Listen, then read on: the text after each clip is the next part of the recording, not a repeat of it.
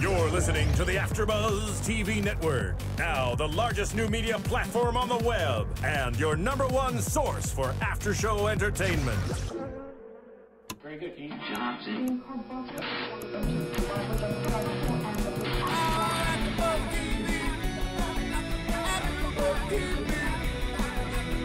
From the AfterBuzz Studios in Los Angeles, California, presented by Maria Menounos and Bing.com, and streaming live thanks to Akamai Technologies, this is AfterBuzz TV's WWE Main Event After Show. We'll break down tonight's episode and get you all the latest news and gossip. And now, another post-game wrap-up show for your favorite TV show. It's AfterBuzz TV's WWE Main Event After Show. I love this song. This is like my favorite song on the radio right now. Welcome, everybody. Bing is for doing. We are here doing the WWE Main Event AfterBuzz show for you tonight. What's up, everybody? My name is Christian Rosenberg. Some people call me professional wrestling's voice of choice. I'm your host for this evening, but I am not by my lonesome. Of course, I got my compadres across the desk from me here. I got the lovely Miss Kaori Takee, who I'm going to get in a minute about why she still has that belt in front of her. And next to her, we're being joined by a gentleman. He has been wrestling around the country since the year 2000. He stepped in the ring with such competitors as the Road Dogg, Bullet Bob Armstrong, amongst others. He's one of the most coveted wrestlers out here in California and is currently the Millennium Pro Wrestling Heavyweight Champion, a title that Ryan Klum on Monday Night Raw would like to get one day. But right now it's being held by this man, Mr. Rome Moore. How are you, sir? I'm good, man. Welcome. I'm good. Thank you for having me. Oh, thank you for hanging out with us today. We're about to have some fun because Main Event, I mean, well, this last 7 days really in the WWE has just been a freaking whirlwind. Yeah, if you missed this week, you missed a lot. Between title changes, heel turns, face turns, you name it, it has happened in the last 7 weeks, 7 days. A lot has happened. I mean, a lot's happened in 7 weeks. If you've been away for the last 7 weeks, you got a lot of catching up to do. But yeah, so lots of fun stuff that we're gonna, be diving right into as we have Main Event this week, hailing from Dayton, Ohio. And we start things off. Main Event starts off with a little video recap from this past Sunday's Payback, where essentially all hell broke loose. I mean, so many things happened. It was ridiculous. I mean, we did a after show here this past Sunday for it, and definitely the best pay-per-view in our opinion of the year thus far. Definitely. And we start things off with the men who retained the only people who really retained, them and Cena were the only ones who retained their titles on Sunday. The Shield, we got Roman Reigns, Seth Rollins, and Dean Ambrose coming out, of course, on Main Event. Exactly. So it's a nice little treat that we get the Shield for Main Event, and we're thinking, are we going to get a match with Team Hell No and Orton on Main Event? I mean, is Sheamus coming back? Too good to be true. I mean, who will be the caliber that will face the Shield this week on Main Event? And we got the Usos and Justin Gabriel. Hey, come on, man. I mean, they may not be on that level, but they're not on that level. I mean, I do like the Usos. I do like the Usos. I mean, the thing at the top of the ramp. The little thing. The thing. They're slowly working their way up from being the lowest people on the car with pyro. They got pyro now. Yeah, they working. The little war cry that they were not in sync with this week. Oh, they were out of it. They got to work on that. They got to rehearse that a little bit more. And it wasn't just the war cry that they were a little out of, but we're going to get to a few things that happened in the match, but before we really get into match, how about our commentators this week? So we got The Miz and Josh Matthews together again, but now this week with them, for whatever reason, is Cody Rhodes, a guy who pretty much over the last 2-3 weeks has been wrestling Miz on every program. And now Josh Matthews is the one that separates the two. Yeah. I think they kind of been doing a 3 commentator kick on Main Event recently. It's always been 3 people the last couple weeks. Which I'm not against a 3-person commentating team. I just don't understand why they don't have a regular That's all I was gonna say. commentator. More specifically, they have wrestlers go in And let alone a guy that literally just wrestled the other wrestler commentator the previous week. There's only so many spots on the roster. Maybe Main Event is the place for them to say, hey, can I commentate? And they're like, oh, yeah, step in. So maybe they're just testing them out. Well, because obviously there was a little bit of a shakeup. Actually, just maybe about 3 hours ago before we went on the air, there was some breaking news that WWE commentator, announcer, former wrestler Matt Striker has he tweeted that WWE is not going to renew his contract, so he is now looking for extra bookings. So he is off, I guess, for some future endeavors. If not right now, very, very, very soon. Yeah. So unfortunately, Matt Striker, a commentator, a guy that could be used for Main Event, they decided to part ways with. Well, he's always invited here. He is always invited here. I would love Matt Striker. Yeah. I thought Matt Striker was a very underrated commentator, personally, and he was like the most knowledgeable one. Yeah. He had all the random wrestling facts in him. Yeah. He got annoying sometimes, but I liked him most of the time. But sometimes annoying is awesome. Yeah, that's true. His entrance music was very annoying. I give you that. The school bell or whatever it was. So the one thing, like this match, I was very thrown off by the Shield for the first several minutes because they seemed to act very slow, very defensive, very like wary.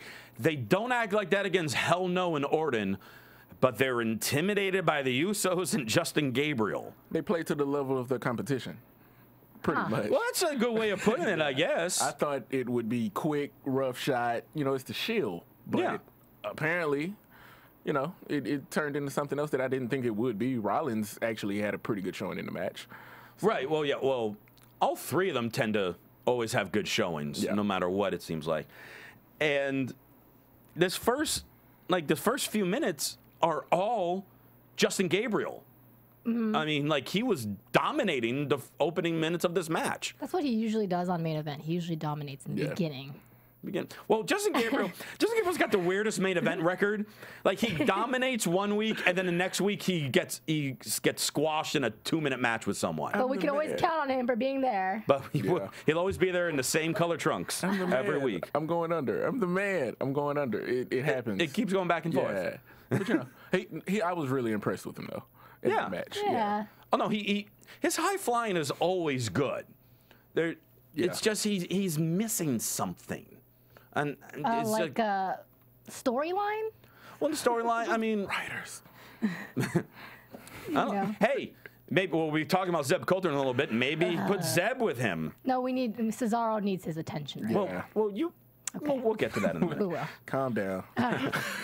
I love how Cody Rhodes on commentary appears to have the same problem that we had for many weeks on here, not being able to figure out which Uso was which. Because he locks the Uso in. That's so funny. Just J and J. That's we have finally learned Jay is the one with the little tattoo on his chest. Oh, you looked that closely at them. Yeah, we magnified. Okay, cool. I think if you what are you getting at, man? What are you getting? I'm just asking, man. You know. I think if you can tell between your left and your right and figure out which one has the face paint on their left and the face paint on their right, then you'd be able to figure out which one's which. Unfortunately, I don't know. well, Jay is the one with the tattoo, so now we just have to look at what side does he normally have the face paint on. A little more complicated. Yeah. But. Yeah. Shouts out to Cody Rhodes, too, for that smoker's jacket. I loved it. Yeah. The smoker's jacket. He won Best Dressed tonight. Easy. And it's rare for someone to beat The Miz in Best Dressed, because The Miz is always dressed to the 9. Yes. The Miz was a little busy tonight. His attire was a little bit busy. I think Corey's thrown off that you and I are talking about the fashion this week. Yes, I was just like puzzled right here. I just had to throw it out there. You know. Speaking of Corey, I did forget to mention, we're going to get back into this match. She still has that little title in front of her, the Prediction Championship, because on Payback, both of us went 6 out of 8. And in typical title fashion, in the event of a draw, the title does not change hands. I don't know what I have to do to beat her. This is now 3 straight pay-per-views where she's had the title. 3 straight? 3-peat. We started at WrestleMania. She won that. She won Extreme Rules. We got a draw at Payback. You gotta step your game up. I don't know what I gotta do. Like the Spurs, you gotta be ready. I need to step my game up. Oh, Spurs better be ready. He tied with me. I need to step my game up. Yeah, that's true. That's true. So. You know, he almost got you. Almost. He almost took it. But you didn't. Almost doesn't count. Uh-oh. Ooh. I need to like talk with Paul Heyman. Or something. I need help. Cody and Miz are going back and forth on commentary, talking about their tag team reigns, and Cody, he makes fun of himself and how WWE has booked him in one line here, because he goes he's like, by the way, I'm 27. I've won the tag titles 33 times with 45 partners. Lad of the night. Because it's just because that, when all else fails, they don't know what to do with Cody. Oh, we're just going to team you with this guy now. Yeah. I mean, he's won the titles with Bob Holly. He's won them with DiBiase. He's won them, with how many other people? He never won them with Sandow. And now I'm drawing a blank. I don't know. Now, maybe someone in the chat can name off the others, because he's won them with at least 2 or 3 other guys. Yeah. Now, in the match, when we're getting to, the double down, there appears to be a part where Jey Uso is trying to, a typical spot that you see in tag match where Jey is going to jump into the arms of Roman Reigns, try to reach for the tag, but then the power of Roman Reigns will pull him away. Jey got a little too excited with this move because he jumped way too far and caused both of them to fall over. It's a thing called physics, and he Explain didn't that, pay please. any attention to it, because what happens is if you take too much weight and you off balance it, you fall over. Well, I was actually so excited that this is the week that you came in, because this was one of those few botches where I had to ask you, I'm like, so who would be at fault of this? Is this Jey for jumping too far, or is it Roman for not getting his footing? Yeah. And you cleared it up for me that it was Jey. Footing. He was set, and he went straight up, and when Jey went to reach and his entire back fell over the back of Reigns, I knew they were going over. And that's hard. Reigns is a strong guy. Right. So, and because you could always think that could have been the time where, since he fell over, now he's right in front of his partners. Tag me. Well, yeah, because then it could have been a matter of the improv where, all right, just say that he somehow did a little Lou Thez, took him down. That'd be the double down. He's right there, reach up for the tag. But then they decided to just go into what their plan was, and it just made it seem awkward to me. They hit a full reset. And set it back up again, which, it happens. That type of stuff happens in the ring. Sure. They improv'd it. They saved it. It didn't look too bad. It just looked awkward. Right. Something happened and it wasn't supposed to happen. So that's pretty much, once they saved it and it went forward, okay, boom, let's get to the hot tag and let's move on. Yeah. And then, finally makes the hot tag to Jey, who starts cleaning house. Hits his big running butt slam that we still need a name for, because I hate saying running butt slam. Well, that's the name for now, running butt slam. I think the chat room people should come up with a name. Oh, that's a great idea. That's a fantastic idea. But make sure it has something to do with West Hollywood. You have to put West Hollywood. I'm just saying. If you don't know what I mean, you're narrowing the options. The WeHo rump roast. Yeah. Steven in the booth suggests the WeHo rump roast. If you don't know what we're talking about, look it up, world. And then, just a bunch of chaos ensues at this point. Everyone's jumping on everyone. Actually, the Usos and Gabriel look like they're on the verge of pulling off this big upset, because they're diving on the Shield left and right. Gabriel's got Ambrose set up for the 450 splash. Eventually, though, in the midst of all the chaos, Gabriel gets distracted. Ambrose knocks him off the turnbuckle and then sets him up for his disgustingly awesome finisher that we still are waiting on the name of from Dean Ambrose. Sick. It's sick. It's sick, especially when you give it to guys like Gabriel, Kofi, Daniel Bryan, guys who are able to just spike and do a headstand with it. It's the zombie crusher. Yes, and then the Shield, the zombie crusher. Sure, why not? It's better than what I can come up with. And shocking, the Shield pulled off this win. I never saw it coming. This match took way too long for the Shield to win this match. They should have. This match should have been done in 5 minutes. It should have been a domination match. It should have. I just wanted to say in the chat, you were asking about Cody Rhodes. Yes. And Cody Rhodes. Who else is being teamed? Ryan has mentioned that Cody also won the tag title with Drew McIntyre. Yes, he did. That's right. So thank you. That's a rant. Yeah, I would have never remembered that one because that was a short one. Yeah. Oh, well, thank you. There's another Thank you in the chat. All right. The West Hollywood Rump Okay. is another. I think they just stole that from Steven, but that's Yes. okay. Oh, they did. Sorry, Steven. All right, let's go back. But so what would you give your star rating for this opening match of main event? I want to ask him. You wanna ask Well, we're me? going to ask all of us. We're all going to say It's it. going around. All right, ladies first then. Yeah. I would give it a 2.5. 2.5? That's fine. That's it?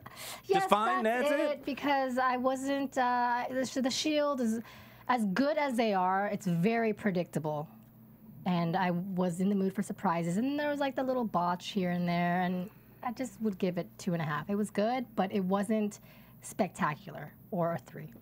Yeah, I feel that. I give it a 2. Ooh. Based on the other matches on the show. Okay. Because you're not only competing, you know, just to have a good match, you also have other matches that are following you. So compared to the rest of the show, it's a 2. It's a 2. Would have been a 2.5 without the 2 botches.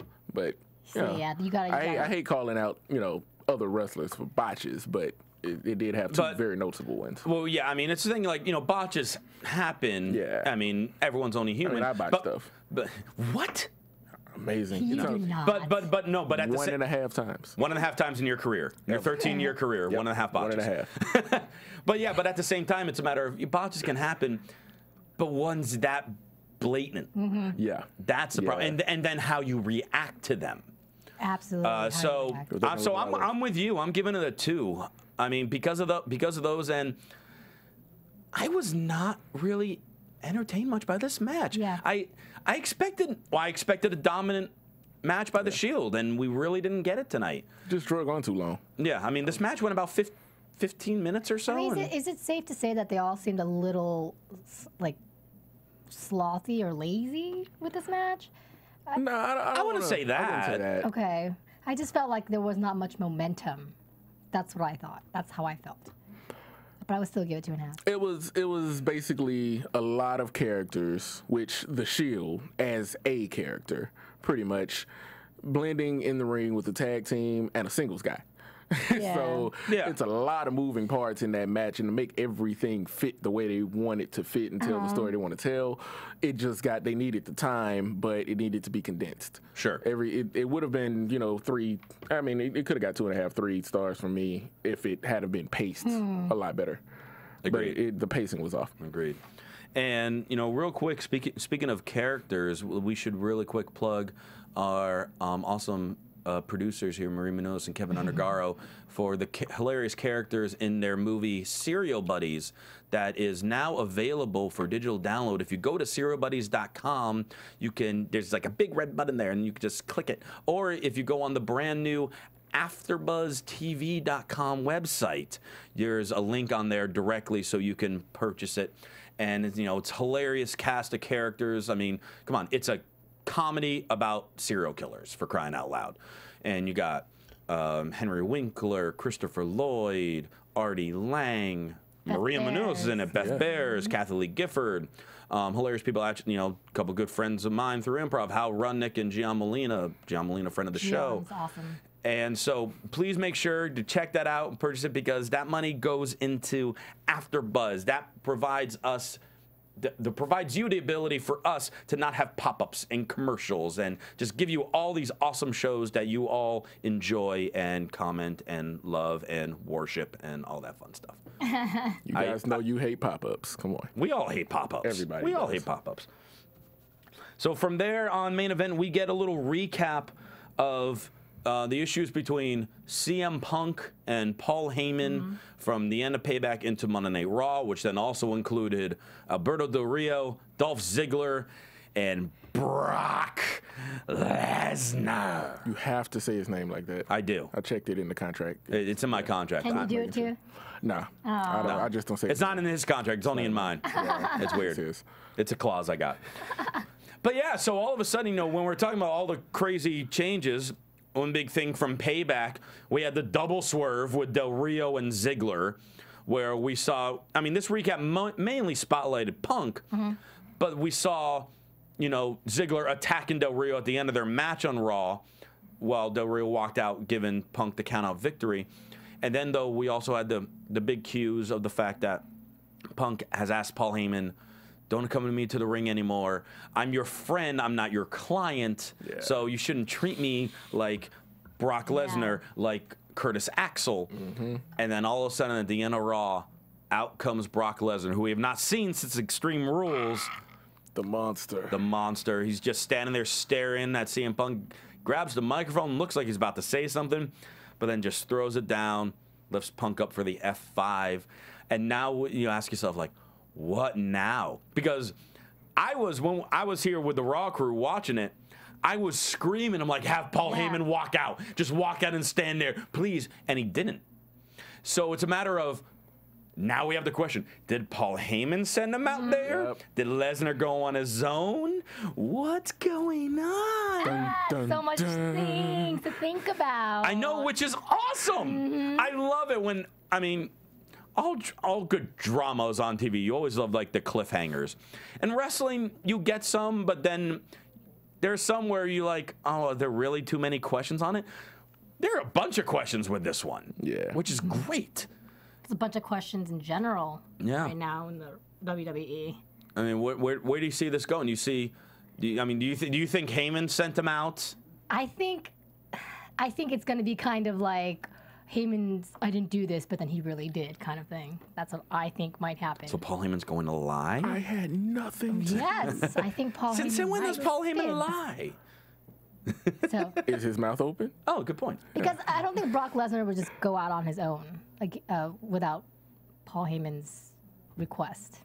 It depends. That whole Brock Lesnar, Paul Heyman relationship has always had that. They've never explained, like, we know what the relationship is, but they've never explained why Brock does certain things in certain situations with or without Paul.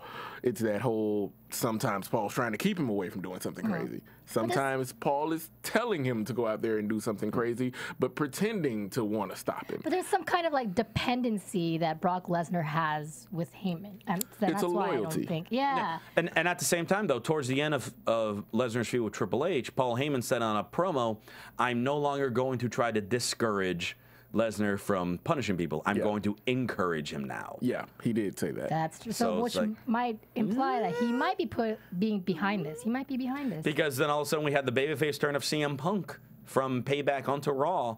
I mean, there is not an agreement with Vicky Guerrero's decision for a match where he hated her forever. So that's going to be a great match if it ever happens. It's going to be so good. Brock Lesnar, CM Punk.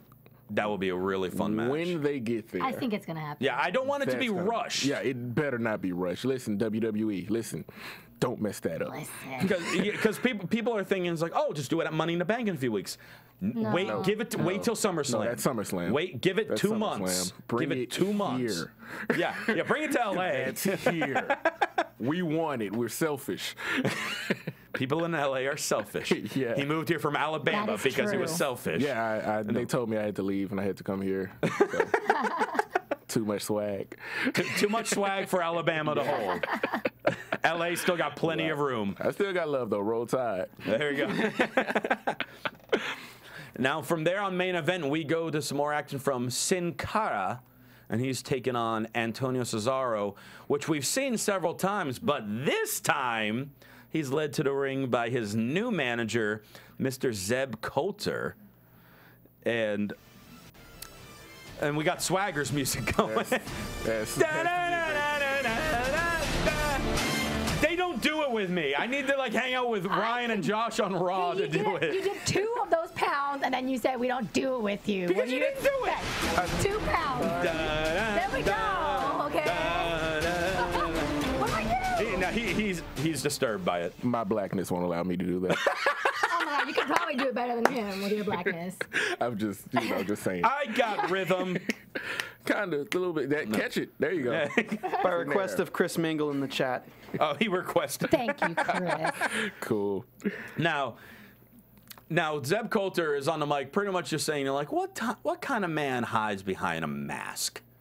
Referencing Sin Cara there. And he's like, you're hiding because you want to live in our country, God, I can't talk today. Take your time. Anonymously. Okay, well, go ahead. Anonymously. Okay, that's You found correct. it. I did it. You're throwing me off. You're throwing me off. I don't know the rhythm. you didn't Somebody do bring him a this. cookie. You did it. Thanks, buddy. Can I And- just say oh, go ahead. that I think Zeb Coulter is 10 times more entertaining now, because after a while he was doing the whole Jack Swagger thing, I kind of got disinterested by him. And now that he's with Cesaro, Well, of course you love him because he's with Cesaro. Yeah, that's- Of course you like him. Are you accusing Jack Swagger of stealing the charisma of Zeb? no, it's just like no, I'm just saying like it's an interesting match that just goes really well together, and so it intrigues me to watch why this match came about, like this relationship came about. Well, you know, I'm all for this growing more and more and more, and I want like a United Nations stable led by Zeb Led by Coulter. Zeb Coulter. I love how he says. I'm serious. I love how he says this man speaks 5 languages, the most important one being English. So funny. Well, think about it. When you think of a bunch of guys that they really have no idea what to do with right now, put them in this stable. So you got Swagger. Yes. You now have Cesaro. Put Barrett there. Okay. Put Justin Gabriel there. Put Aksana there. Yoshitatsu? I don't know about Yoshi. Yeah, Yoshi. Maybe. Is he too Asian? No. maybe even Christian, since he just returned, and this is like, what are they going to do with him? I mean, there's 4 or 5 other international guys that are kind of just hovering around the mid card. Yeah. You know, you pair 2 of them up for a tag team. One of them's a mid card title. One of them's your main eventer. You got a full stable. United Nations stable. I'd be all for that That'd right now. be really It would be good. A very good representation of the U.S. because it's such a melting pot anyway. So. Well, yeah, and so Swagger's there to represent America, and you have all the other guys representing the other countries. Boom. Boom, done. Works. Maybe even I don't know if they got a Russian somewhere like to throw. Well, They can find a Aksana. they can Russian. find a Russian. Vince McMahon can find a Russian. Find a Russian. He always finds. Find a Russian. Find a Russian. Put him in the next team for a few weeks. Bring him up. Get it, bring one up. Yeah, we got one out there. So this match, takes place, and again we get the lovely Sin Cara mood lighting. Why does a guy who never wins get his own lighting for a match? I don't know, but It's cool. Not if they so do it much. one more time, I'm going to request that we get Sin Cara's lighting in here. No. I know. Every time we talk about Sin Cara, I want it like blue. I don't know, Steven. Is it possible to like lasers. dim lights during that? Because that'd be awesome. We'd have lasers going. Slide out a shot, and people can't see you anymore. You can look to your right. Well, we got the blinking lights Yeah, here. we got that. We got the strobes going. I'm just waiting on one of those times when Sin Cara goes out of the ring that he just vanishes because you can just barely see disappears? him. You can barely see him. He just disappears in a wash of blue, and you don't see him anymore. Well, this match for the most part was Cesaro dominating, showing obviously the guy can lift anybody, let alone the smallest guy on the roster. And right before we go to commercial, we see him literally just chuck Sin Cara into the barricade like he weighed about the amount that he weighs. Yeah, I was about to say. Like he weighed like 150 pounds. Like, Almost as impressive as Maybe the lawn dart. 160. as a lawn dart. As the lawn dart. Kevin Nash, the famous lawn Oh, the lawn dart, throwing Mysterio into like the trailer out. Yeah. dart. Yeah. I'll never forget that night. That was one of those moves that just like, Yeah, that really did that happened? really just happen? Yeah, it was one of those, but it wasn't as good as that one, but it was still impressive nonetheless. Definitely. So, Eventually, Sin Cara regained some control with, his high-flying moves, for the most part, looked very good today. Again, it also has to do with who he was facing and the base and the able to control. So when it got a guy like Cesaro, Sin Cara looks like $1 million freaking Well, bucks. Cesaro makes everyone look good. Yeah, especially guys who need help looking good. Like Sin Cara generally does. And Sin Cara looked fantastic in this match. So the last few weeks, between working with Cesaro, working with Damian Sandow last week on Main Event, Sin Cara has looked great in losing efforts.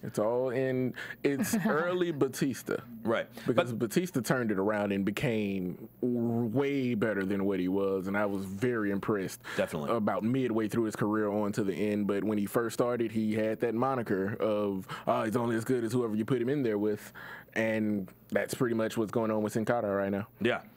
And definitely, and then this match was going great until that one moment towards the end of the match where we thought Sin Cara broke Cesaro's neck. Yes. Yeah.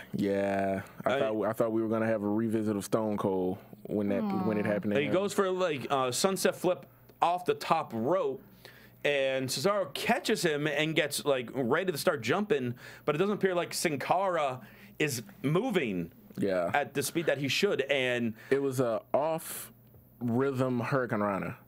Yeah, because he jumped, and when he dropped, Cesaro didn't know whether to go with it yet or what, and so he just kind of backed up. Thankfully, Cesaro appeared to be fine afterwards because it looked nasty. It looked vicious. Because then Cesaro just pops back up, throws Sin Cara in the air, nails his huge European uppercut. And then I love what he's doing in setting up for his neutralizer now.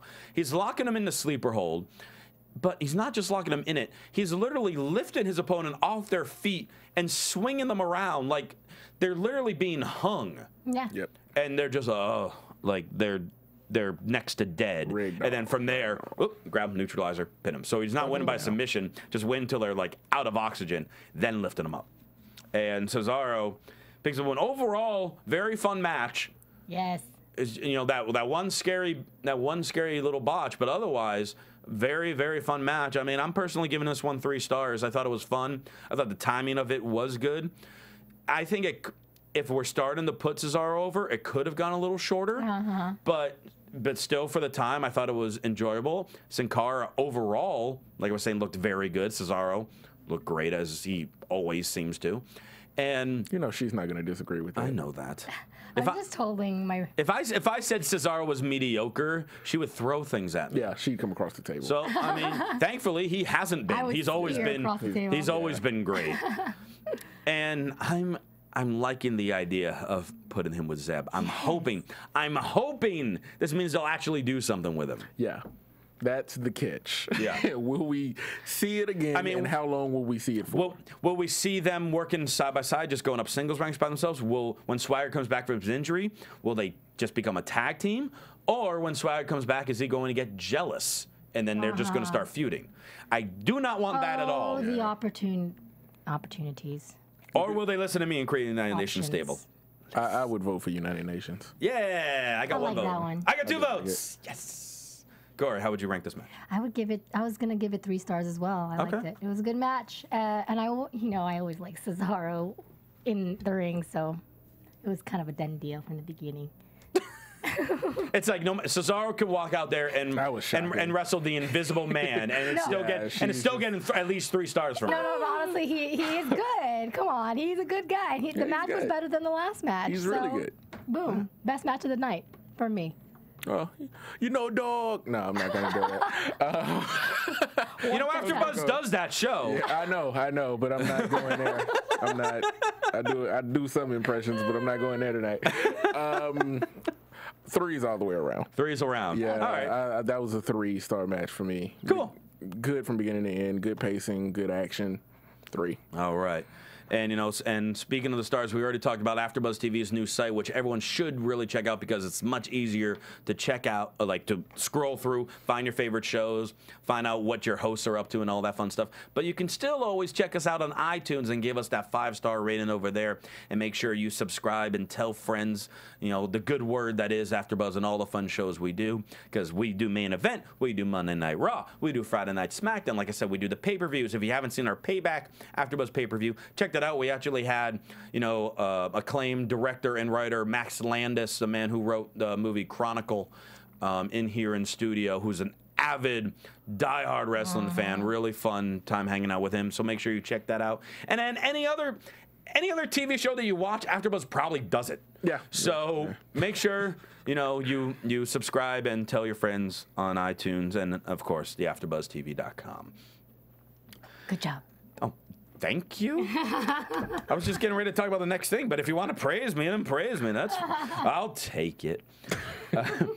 Commentators then inform us that Daniel Bryan has officially been medically cleared to compete, based on what happened in the midst of his match on Monday Night Raw, where reports are saying that he actually might have suffered a minor stinger during that match, and like the ref, it was actually stopped. The match was eventually stopped in the match, and he was originally advertised, if he was medically cleared, to wrestle Dean Ambrose on Friday Night on SmackDown, and then Main Event announces, no, we're going to have the rematch from Raw, so it's going to be Daniel Bryan versus Randy Orton this Friday Night SmackDown, which I think is a better choice because Hell knows issue with the Shield, that's over, that's done. He shouldn't be wrestling members of the Shield right now. SmackDown's been getting a lot of great matches.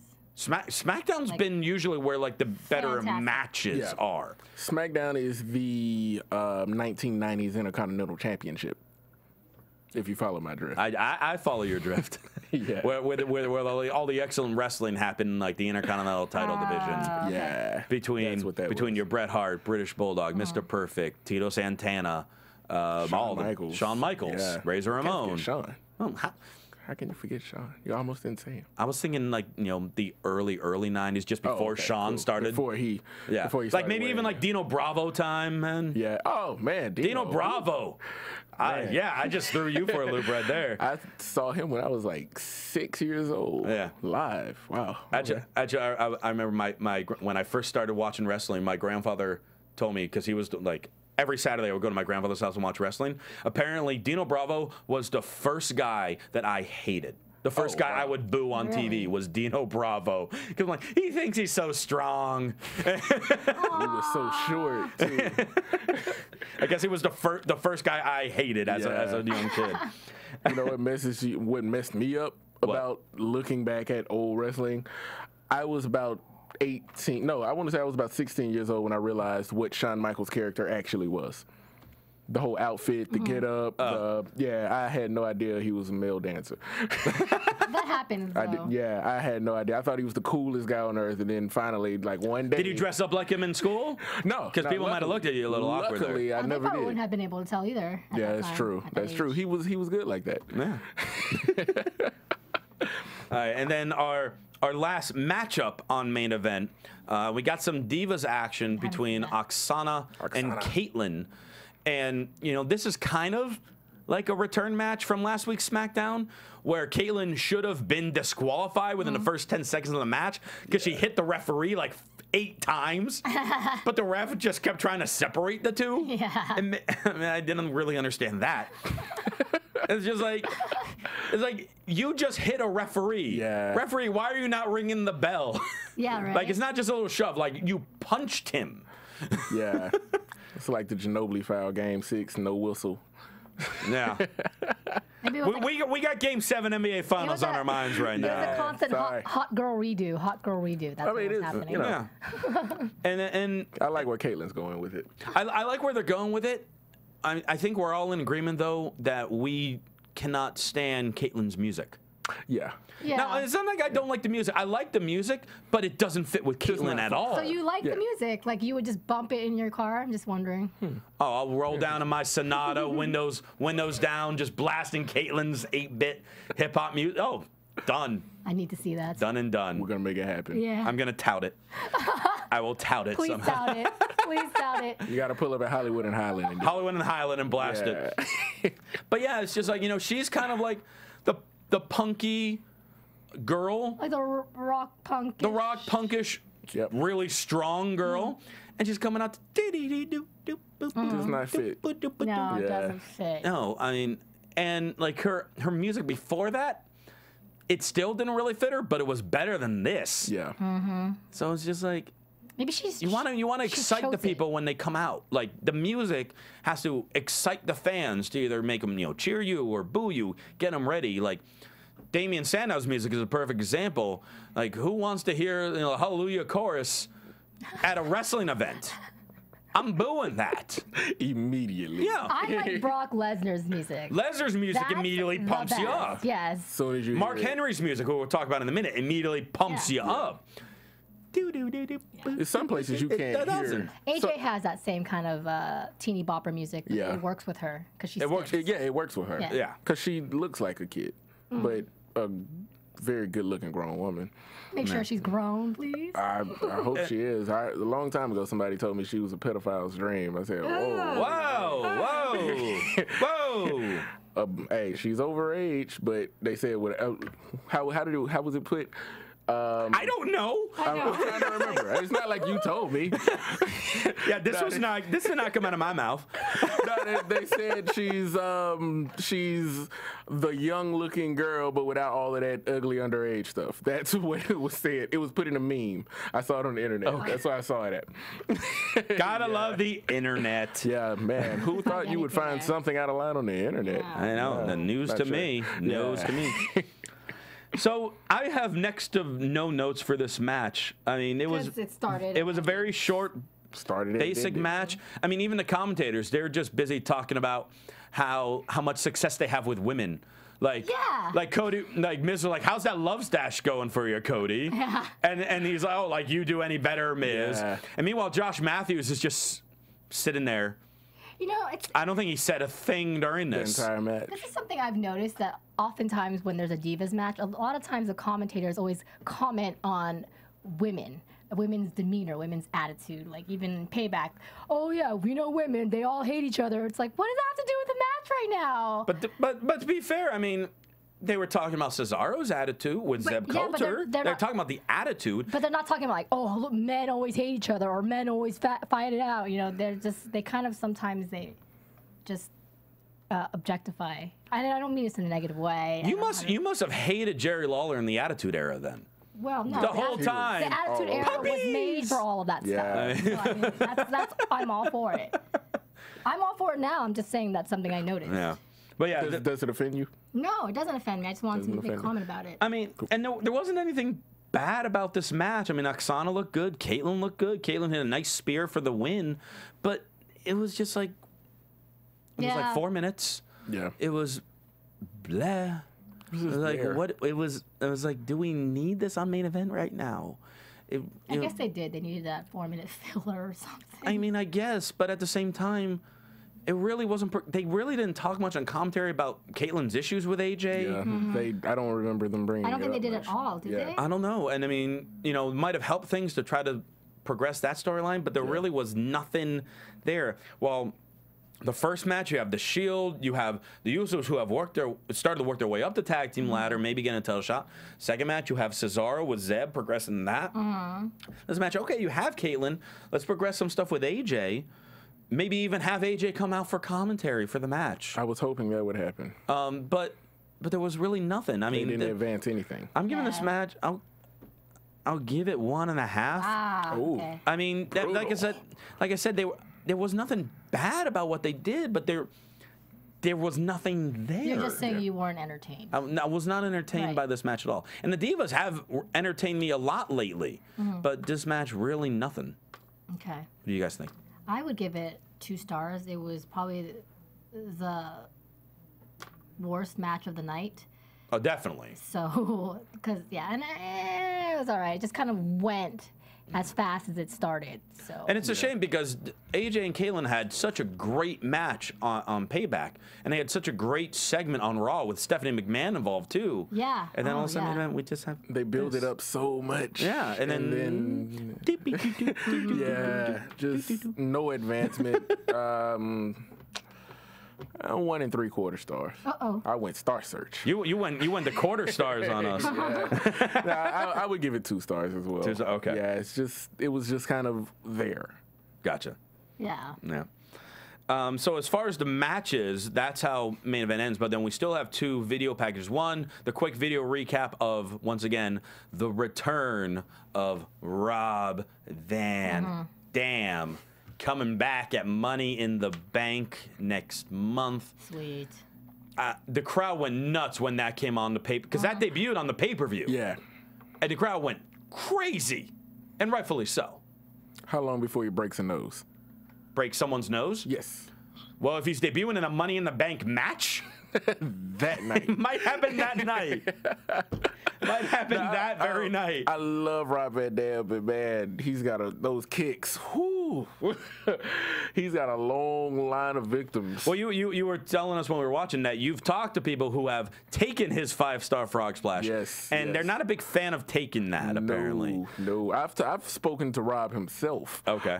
And I've been at a ring where he was training, getting ready to come back from when he injured his knee. And that's when I first interviewed him. Like this was like 2005 ish. Yeah, it was around that time. It was around that time, and I literally watched him do Rolling Thunder about 2 feet away from him, and the way he lands stuff. Oh. The things that I get so excited to watch him do, to see in person and to see how hard he can come down with, because the guy is a freak athletically.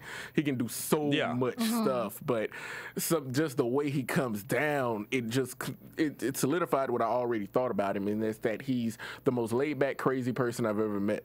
I thought that about him when he springboarded into the crowd at ECW. Yeah, and nobody could change my mind about that. Anybody who does a spot like that is clinically insane. And to watch him do that and then see him in person and to see him going through his stuff, I can't wait to see him work, but I hope he cleaned up some of those kicks. They're just going to have to take the Rolling Thunder. They're going to have to take the five-star frog splash. And Money Mac, they're going to be taking it with ladders, too. Yeah, and he's going to come off the top. He doesn't know any other way. There's no such thing as not climbing to the top. He's full throttle with everything. If he's going, he's going. Yeah. So very excited for that. And then main event ends with a recap between John Cena and, I'm just predicting right now, the first WWE superstar to win an Emmy. Yeah. That was Emmy. Mark Henry from Monday Night Raw. Holy crap, was he incredible. Yeah. I mean, Mark Henry, he was crying. He was working the crowd. He was bringing up his wife and kids. And then he gives Cena the world's strongest slam. Out of nowhere. The crowd saying, like, one more match. Thank you, Mark. All this is everyone's getting emotional. I'm here, with the Raw crew watching, and we're at first it's like, there's no way, this is all a setup for Cena. This is all set up, and we're like happy for it. But then as it's going on, we're just like, no, this is still a setup. This is a setup, right? This is. Whoa! This is legit. This is legit. And then of course when he does it, we're like, oh, we knew it. We knew it all along. I wish I could have saw Club's face. A lot of people are like, no. Club was like, I knew it all along. Yeah, that's it. I knew that would happen. Mark Henry did fantastic with it. Yeah. And finally, he's getting like the WWE title match. I don't care if he holds the title for a week. He has been there for too long to not hold that title. I want him to say one time he was the WWE champion. I don't care if he wins it at Money in the Bank and loses the next night on Raw. The fact that he can go in the history books having that title. Yeah, to have it. Just so excited for this. And now your question is, what's next with Ryback? Oh, yeah. Because obviously he's out of the picture now. He was still in the medical facility. So he was not at Raw, was not a main event. We'll see if he's going to be on SmackDown. And so I was really kind of curious what to see with that. But now Cena and Mark Henry. So yeah, Monday Night Raw, we got Punk Lesnar, Del Rio and Ziggler continuing. Now they switch spots, so Ziggler's the face. Yeah. And Cena, Mark Henry, they've started to set it up beautifully. I like all of these kind of, what's the word?